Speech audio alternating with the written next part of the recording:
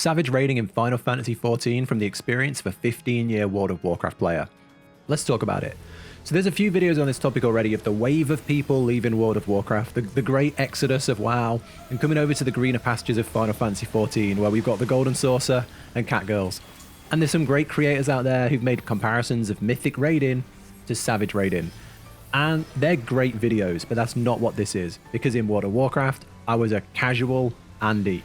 I played a ton of alts, I had almost every race and class level, played the story, the side content, the garrison, the expeditions, Torghast, all that kind of stuff, but never really got past heroic raiding, because to be honest, it never really interests me, but for some reason, I've got totally caught up in savage raiding, and I'm having a great time, so I wanted to make a video about it. So in this video, I'm going to discuss three main things. Is savage raiding too hard? How's the gearing around savage raiding, and how does it compare to World of Warcraft? And what's elitism and toxicity like, and does it impact how this plays out? Because coming from WoW, that was a big problem. So I'll break that down in timestamps somewhere on the video if you want to jump to a certain thing. If not, let's get straight into it. So I joined a static with my FC, and I went in as an Astrologian because I absolutely love healing. And I think in Endwalker, I want to get better at healing, and Astrologian is definitely my favorite healer so far. I didn't really have any clue what to do, so I joined the Balance Discord. I heard that was a good place to go. They tell you like what materia to use and the best stats and things like that, and I tried to gear up the best I could, and we went in blind, and the wipes started racking up hard. So first, let's talk about, is savage raiding too hard? So in the past, I've done Binding Cores of Bahamut synced on stream. We've done the new extremes for Endwalker. I don't know. I didn't expect there to be so much of a steep learning curve coming into Savages. Savage really does feel like you're in or you're out. I figured the first fight would be a breeze, kind of like a warm-up. The second fight would start building in some responsibility and mechanics, and then the fourth fight would be a real ball ache. But that really wasn't the case. I thought 4 would be where the 3 and 4 would be like the white bosses, but no, the first boss just stops you in your tracks. And it has the biggest thing it has is an individual player blockage, and that's what I really want to talk about. From what I've seen so far in P1S and P2S, the mechanics are challenging, the mechanics are difficult, and you've got to learn them, and you've got to decipher them and work them out as a team, especially if you're going in blind and not using a guide. But they're doable. They're doable. It's the same as doing the new extremes. It's the same as doing any hard content in the game, really. But that's not what really got me here. I'm going to use an example from the first boss. There's like a gems mechanic with 3 crystals. If you've got one weak link at that phase, that's a wipe. That's a team wipe. If one person's in the wrong place and doesn't know their role in that task, it's a team wipe. Every player has got their own agency, and if they mess up, so does everybody. And it doesn't feel like it's just there where there's a problem. Well, not a problem, but it's not just there where you can wipe the team. There's also a big problem with the enraged timers. This really, really surprised me. The first time we got to the enraged timer, we had an LB3, healer LB3, because a few people died. And that's fine. But we only got to 8% on the enraged timer, despite having 99% of the run perfect, well, alive. And then a few people die, we hit an 8% enraged timer. The next time, we had 2 deaths, and we still hit the enraged timer. But that just shows how important everyone's role is in making sure that you have good enough gear, you have materia that enhances the skills that you need, you have a rotation that is watertight and that gets the maximum DPS all the way through. Because if you're not pulling your weight, you could be what's stopping somebody getting through the last 2% of the enraged timer. And like I say, that just puts so much individual player responsibility in there. And I don't think it's a bad thing. I think it's really interesting, but it's super intimidating for someone who, if you've never done savage raiding, you might not even bother with materia. You might not even bother looking at best in slot gear. So it definitely feels like a real big learning curve as someone who's new to savage raiding. But with that, like, maybe a downside, there's something I really, really like about this, and that is self-improvement that you get from it. I feel like in the first 2 weeks of doing these savage raids, I've learned more about playing my character than in the last 6 months. There's so many things that I didn't even realize, like lining up your buffs with your party, such as popping off the big buffs at the same time, making sure you're going out of range of the boss. You've got an attack lined up so that you don't lose uptime. As a healer, it's making sure you don't overheal, so everything is more efficient and you can spend more time dealing damage, working with the other healer to make sure that we're not popping our big heals on the same mechanics. I learned that like the little numbers on the side are like next to the players is their enmity, so I should be buffing the players dealing the most damage. Things like that, just I've never even looked at in like 6 or 7 months. I've never even thought about, but just being here and needing to squeeze out that extra bit of damage, even as a healer, you just learn so much. And from everyone improving over the course of these first 2 weeks, we're now progressing into P2S, which is really, really, really exciting. So yeah, the first thing I just wanted to cover was the difficulty. Is it mechanically too difficult? I don't think so. Maybe when we get to P4, I'll make another video and say it's too hard. But right now, it's not too difficult.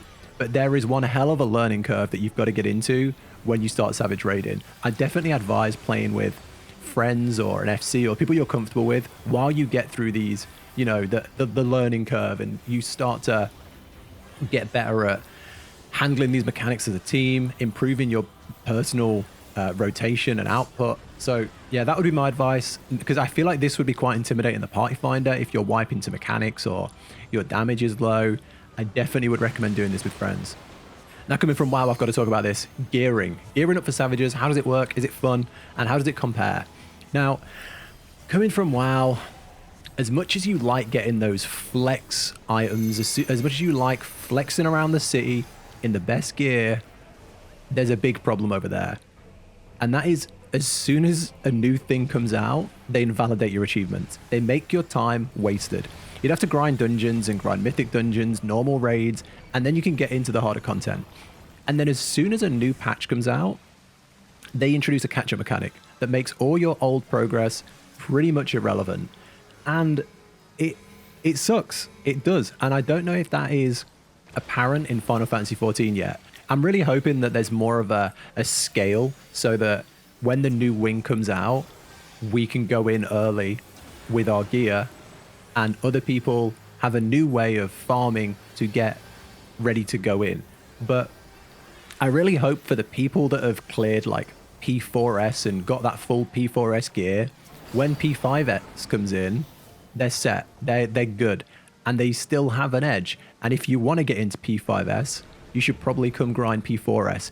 That's how I really hope it works. I've got no idea if it does though. Let me know in the comments if this sort of content will stay relevant throughout and people will keep coming back to this first tier, or if they're just going to release like gear on a vendor or tombstone. You can just buy that and walk straight into P5S. I would really like to know, because that's one thing that always kind of bothered me in WoW, how that happened, but I'm really curious how it works in 14. And then let's talk about gearing up to get into a Savage in the first place. This was surprisingly refreshing. I thought I would be grinding for weeks to months just to walk in this place. But I came in here first week with my shitty setup. I was not prepared. We were not planning to Savage raid. It was just something we thought we'd try. And there was a very, very low barrier to entry. And like I say, we've cleared the first boss with our pretty mediocre gear. So all we really did is run the normal raid every week, bought a few pieces with tombstones, crafted a couple of pieces, and materialed into the basic slots with material that we got from, you know, hunt trains and the questing and stuff like that. So I didn't really push to hit a certain level. I just geared up kind of around the eye level and just went in. But the thing that I'm most in love with about the gear is gearing from the raids. Getting in, like I say, pretty chill. Wasn't anything to worry about. Didn't stress me out at all. Gearing from here as an FC, as a static, as a group, is so pleasant. You got the tombstones of aphorism, I think it is, the ones that are capped at 500 and something. You get those every week. You just do the dungeons, do the raids, do stuff, get tombstones. That gets you pretty decent gear that you can then upgrade later. You come in here and the boss drops 2 chests a week. And they're not random. It's not just random shit. He'll drop like a bracelet and a ring in a chest. Whoever gets it, opens it, and gets one for their class. If you want to strategize as an FC, you can say, we're going to give this guy the ring on week 2. You know it's going to drop. There it is. And it just feels good. It feels good. If you've never played WoW, they put these shitty systems in where the items became random and they had a chance of Titan forging, where a 580 item might randomly turn into a 610 item for no reason. So you can do everything right, and it can be like, you can do everything right as an FC, and some guy can just magically get a Titan Forge 610 weapon, and it makes no sense. So it's so nice to have structure that you can plan and predict. It just feels good. I have a BIS list now, and I've got my first item from the raid this week. That ticks one of them off. I'm saving up my tomestones, and I know what items I'm going to buy and what week I'm planning to buy the item on. Anything else that drops on top of that is just a bonus, really. So yeah, I'm really happy with how gearing seems to be working so far. I've seen, like, I saw at the end of Shadowbringers in the Nier, there was like an upgrade system. So I'm really excited to see how that works. If you know like how the augment system works, let me know, because I do think that looks cool. I want to see more of that. But yeah, overall, to wrap it up, gearing seems really good, really healthy, and yeah, I'm enjoying it. Next up is a bit of a controversial topic, especially if you've come from World of Warcraft, and that's elitism. And I guess elitism and toxicity. Coming from WoW, one of the biggest turnoffs to hard content was that elitism. I think it's very important in an MMORPG to make smart decisions and not waste yours, and more importantly, other people's time. And from simple stuff like if you're a melee damaging samurai, you wouldn't want something that boosts your casting speed. I don't know, I'm making this up. Or something that boosts spells. I don't know. You would want to make sure you make at least semi-logical decisions, right? To not nerf your character. But sometimes it can come from the developers. If the developers release a patch and it makes your character 50% weaker, you become the reason why your guild FC is not progressing. You see that a hell of a lot in WoW, and it leads to a lot of toxicity, to the point where people will make groups and say, looking for DPS, and then in brackets, no druids. And you see this quite a lot, and I was very worried about it in Final Fantasy. Luckily, Final Fantasy doesn't have specs. I think this is huge because specs turn 10 classes into 30 if everyone can have 3 different specs. And then when you look at talent trees as well, that means every class could have 100 possibilities of what talents they could be using and what spells they could be bringing to the table. So in WoW, it was insanely hard to balance, whereas Final Fantasy, if you're a warrior, you're a tank. If you're a paladin, you're a tank. So overall, I do think Final Fantasy, at its nature, at its core, handles balance better. And worst case scenario, if tomorrow they made Astrologians unusable, it's not the end of the world if I had to switch to Sage. I just quickly level it up because I'm not making a whole new character, which you would have to in WoW. But yeah, I've not really seen it in the Discord. We've been chatting. I've not really heard it anywhere. I'll link Discord down below if anybody does want to join a pretty chill Final Fantasy community. I've not heard it in game, in my FC, in the people I talk to. I've not seen much of this elitism where, oh, you can't come because you're playing this character, or you can't come because you're doing this or this differently. It seems pretty relaxed. Maybe the leading world first groups that have cleared P4 might think differently, but if you're just playing like me and you're just looking to get your foot in the door and you're just looking to prog, I've really not seen it. I will make one exception for the party finder, where you go and group up with randoms. I have heard a couple of horror stories about that. People have joined the party finders and they've just like disbanded instantly, or there's been a bit of toxicity in there. But that always comes with pugging groups, like random groups. I don't think you can avoid that because you don't know what you're getting into when you get into it, and it leaves so much chance for it to go wrong. But my solution again would be, if you're in that position where you're worried about elitism, or you're worried that you're not competitive enough, just go with friends, go with an FC, go with people you know, make friends, join a Discord, join a FC. Just try and put yourself in a position where people will be more patient. I went into this with no idea what was going on. I'd spec crit in my materia, and people linked me the balance Discord and was like, I think a lot of people that are playing Ast, they're playing spell speed, things like that. And you don't know unless you're told, and you need people to help you, and you need to learn. So I do think the best way is with friends or a supportive group that understand that you're new. So I guess in summary, the mechanics are hard, but definitely manageable. The hardest thing to adapt to has been the amount of individual responsibility and stepping up and doing what's needed of you. The gearing, actually enjoyable. A bit of raiding, a bit of dungeon grinding, a bit of crafting, predictable, manageable gearing system that I'm looking forward to. And generally, there doesn't seem to be any elitism or toxicity, at least where I hang around and my friends and my Discord, outside of the odd toxic person in the party finder. Generally, I'm loving it. I'm loving the aesthetic of the dungeon. I'm loving going there every Tuesday and hanging out with everybody and making the slow prog where we got down to 30% on P2S. But that's all just my experiences. I'd love to know how you're finding the Savages. If you're new, I'd love to know what you think. If you've come from WoW, how has your transition been? How does it compare? Or if you've come from another MMO, how's that been? Or maybe if you've been doing Savages for years, help. Do you have any great advice on gearing, what to expect in the next wings?